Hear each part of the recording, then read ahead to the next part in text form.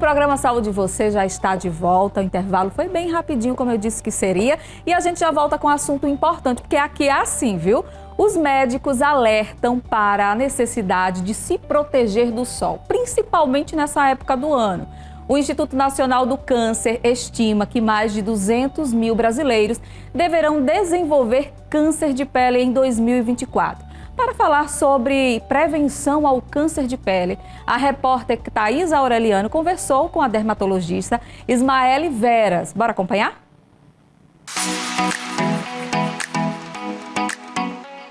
Pois é, a cada semana que passa parece que está mais quente. É comum, né? Com essa chegada do verão. E é claro que a gente tem que se proteger de todo esse calor, por isso que a gente veio aqui para o consultório da doutora Ismaele Veras, que é dermatologista, para conversar sobre o assunto. Muito obrigada pela acolhida, né? E além do protetor solar que a gente sempre fala aqui contigo, né? O que a gente pode fazer mais para que essa proteção esteja de fato garantida, já que a gente mora num local tão quente?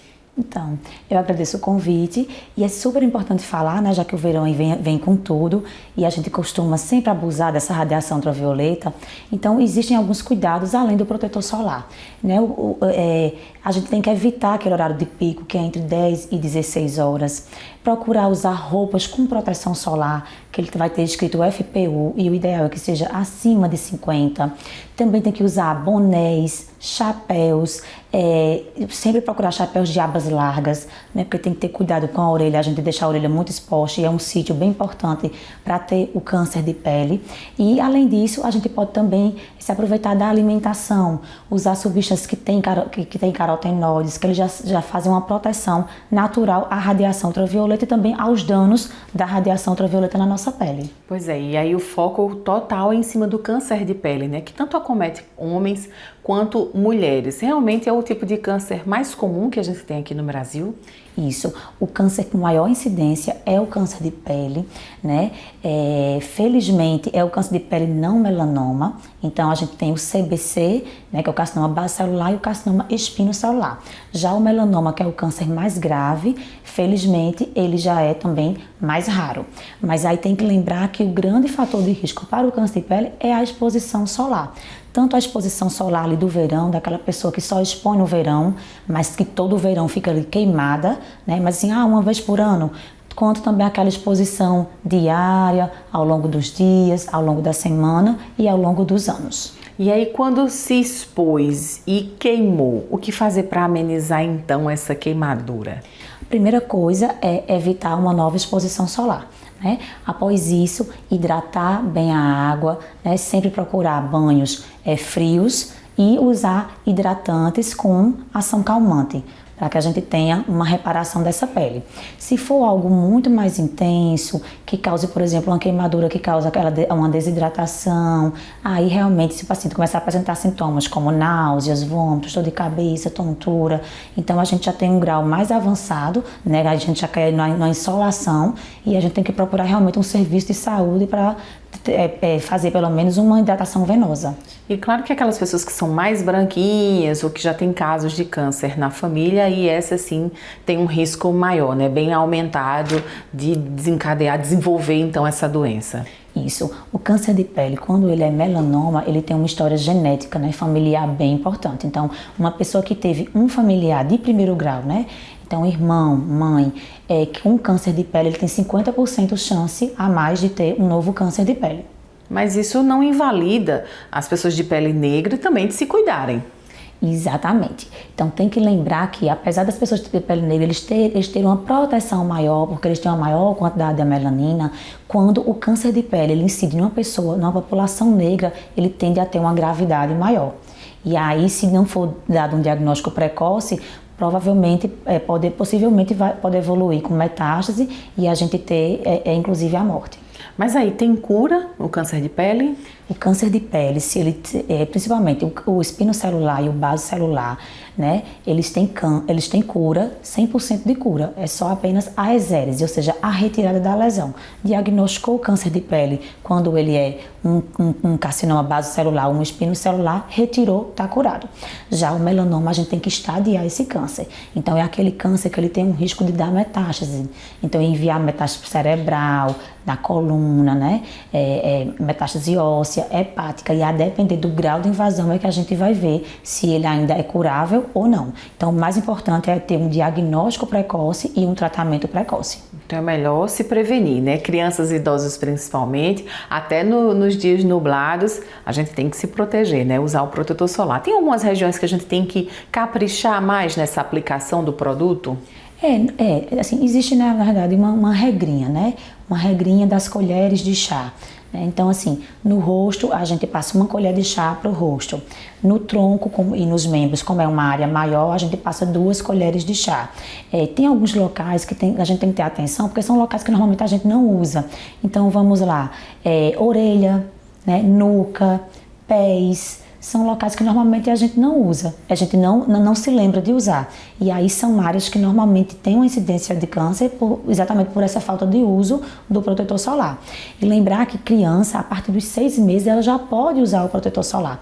Então é super importante essa educação desde a infância, né? Já mandar a criança ali, porque ela vai ter um horário de recreio na escola e vai ter uma maior exposição. Então já ter essa educação até para a criança perceber que aquilo ali é uma coisa boa, né? E não ter aquela sensação ruim de usar protetor solar, que muitos adultos hoje em dia não conseguem usar porque acham muito oleoso, não gostam do cheiro, não gostam da cosmética, mas isso aí exatamente vem de uma falta de instrução desde a infância.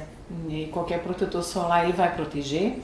Não, a gente tem que procurar um protetor solar que ele tem um FPS alto, que é acima de 50, e também ele tem uma proteção contra o UVB alto também, certo? Então ele tem que ter uma proteção contra UVA e contra UVB.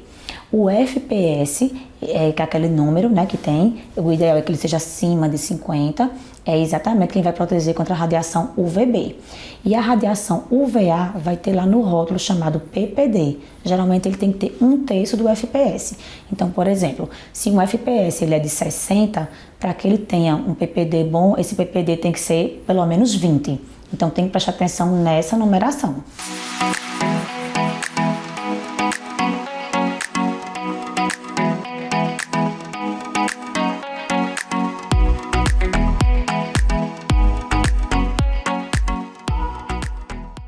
Quem é aqui de João Pessoa sabe que esse período de verão, minha gente, a temperatura vai lá para cima, né?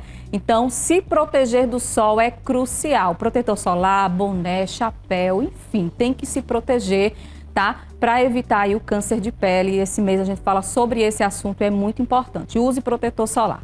Os clientes da Unimed João Pessoa podem contar com o Interna Fácil, um sistema online que busca agilizar a internação. Confira. Cuidado Unimed João Pessoa é para todas as horas, até para aquelas em que você e o seu médico podem programar sua cirurgia. Conheça o Interna Fácil, o sistema online que agiliza sua internação para cirurgias eletivas no Hospital Alberto Urquiza Vanderlei, com check-in sem sair de casa e todo o conforto do maior plano de saúde. Acesse unimedjp.com.br e saiba mais. Unimed João Pessoa, responsável técnico Dr. Fulvio Petrucci, CRMPB 5167.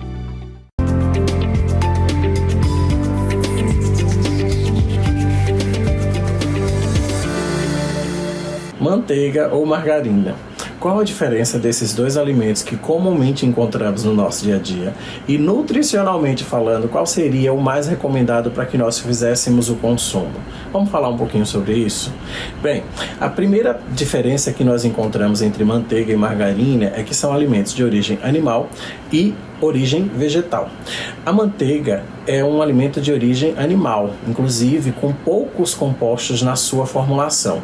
A manteiga basicamente ela é feita de nata de leite, que é batida, e em alguns casos adicionado sal para dar sabor. e inclusive para fazer um pouco mais de conservação.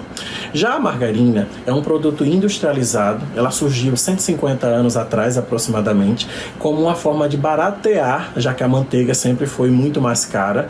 Então a margarina surgiu com um composto de óleos vegetais que são misturados e hidrogeneizados até que chegue nessa composição, nessa consistência que nós estamos acostumados a conhecer. Quando a gente fala da manteiga, a gente tem um primeiro ponto negativo para esse tipo de alimento, é que a manteiga, além de ser calórica, ela tem a composição alta em gordura saturada, que é uma gordura que pode acumular, inclusive obstruir placas de veias, artérias, prejudica o nosso colesterol ruim e também o colesterol bom. Então, assim, esse tipo de gordura não faz bem para o nosso organismo. Então, esse é o primeiro ponto negativo da manteiga. Mas os pontos positivos também devem ser avaliados. Então, esse tipo de gordura animal que a manteiga tem, certo? Ela também é muito rica em ácidos graxos. Esses ácidos, eles são muito importantes na recuperação celular do nosso corpo, que essa gordura pode ajudar é que ela protege as nossas células do intestino, promovendo um efeito de anti-inflamatório. Inclusive, essa gordura ela vai prevenir algumas doenças como câncer, Alzheimer, Parkinson. Então, assim, tem pontos positivos nessa gordura que encontramos na manteiga. Quando a gente fala da margarina, a primeira coisa que a gente precisa analisar que desde 2023, depois da última portaria, atendendo demandas do mundo, a Anvisa, que é o órgão, a Agência de Vigilância Sanitária no Brasil, determinou que nenhum alimento poderia ser comercializado com gordura trans. Esse era o grande problema da margarina até então, porque a célula de hidrogênio que era adicionado nesses óleos vegetais transformava essa gordura numa gordura hidrogeneizada, composta de gordura trans, que é uma gordura que não é compatível com o nosso corpo, ela não se transforma em energia, ela não é degradada, ela simplesmente ficava se acumulando.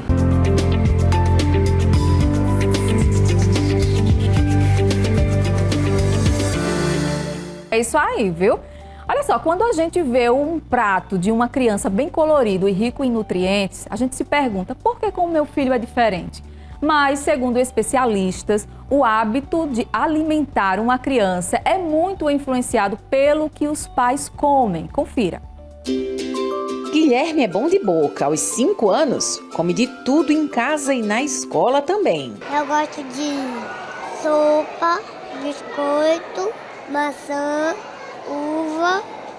Aqui onde ele estuda, na creche Ângela Maria Meire de Carvalho, vinculada à Assembleia Legislativa da Paraíba, são ofertadas 3 refeições balanceadas para os pequenos por dia. Mas para que a relação deles com a comida seja a melhor possível, é preciso o auxílio dos pais. A gente coloca frutas diariamente nos 2 lanches, que é o lanche da manhã e o lanche da tarde. Então, assim, faz parte da nossa rotina, faz parte dos hábitos alimentares dessa escola. E, além disso, a gente também coloca vegetais e legumes no almoço, como também nas sopas. Mas existe a recusa, mas aí a gente vem com os momentos de educação alimentar e nutricional, que são momentos de aula, que a gente traz benefícios dessas frutas, desses legumes, desses vegetais, para a nossa saúde. E aí a gente traz de uma forma mais lúdica, como, por exemplo, o suco verde, que a gente trabalhou recentemente. A gente trouxe o personagem do Hulk, do incrível Hulk, porque o suco é verde. Então, assim, eles adoraram, né? Eles realmente gostaram, chamou a atenção, porque a gente trouxe de uma forma mais lúdica. E aí a gente convida para fazer receitas, preparações, e eles adoram. E criança aprende com exemplo. Se ela observa os pais comerem frutas, verduras e legumes, vai ter interesse nesse tipo de alimento. Já tem muitos estudos que mostram que a alimentação da mãe vai sim influenciar os hábitos alimentares do seu filho. Então, está gestante, já se preocupa em comer melhor. E na amamentação também, porque ali o bebê ele começa a ter contato com os sabores, tudo vai para o leite, né? E na introdução alimentar é um dos pontos chaves também. Então, você fazer uma boa introdução alimentar colocando direitinho as frutas, as verduras na rotina desse bebê, com certeza ele vai continuar. Para que o indivíduo se desenvolva de forma saudável, é essencial uma alimentação balanceada desde as primeiras fases da vida. E para que essa criança defina realmente se gosta ou não de algo, esse alimento deve ser introduzido na alimentação dela de 8 a 10 vezes, segundo estudos científicos. Isso de diferentes formas. E para aquelas que têm alergia, é só substituir por outros alimentos compatíveis para que ela não perca o valor nutricional daquela refeição. É o caso de Mariana, de 6 anos, que precisa trocar o abacaxi por outra fruta. A minha fruta que eu mais gosto é pera e cereja. E apesar de embalagens e sabor atraentes para os pequenos, os pais devem evitar biscoito recheado, salgados e demais industrializados na refeição da criança. Se a mãe, o pai, que é o exemplo dessa criança, come bem, se alimenta bem, então ele vai ter aquilo na rotina dele, então quando estiver na escola, aquele não vai encher os olhos dele, né? Então ele vai ter o lanchinho, com certeza. Vocês vão ter cuidado de mandar essa refeição para a criança de forma saudável. Muitas vezes é só uma organização, gente, não é pegar tudo, colocar dentro de uma bolsa e mandar. É enviar o lanchinho para o recreio bonitinho, porque aí eu tenho certeza que até as outras crianças vão querer daquele lanchinho, querer levar também.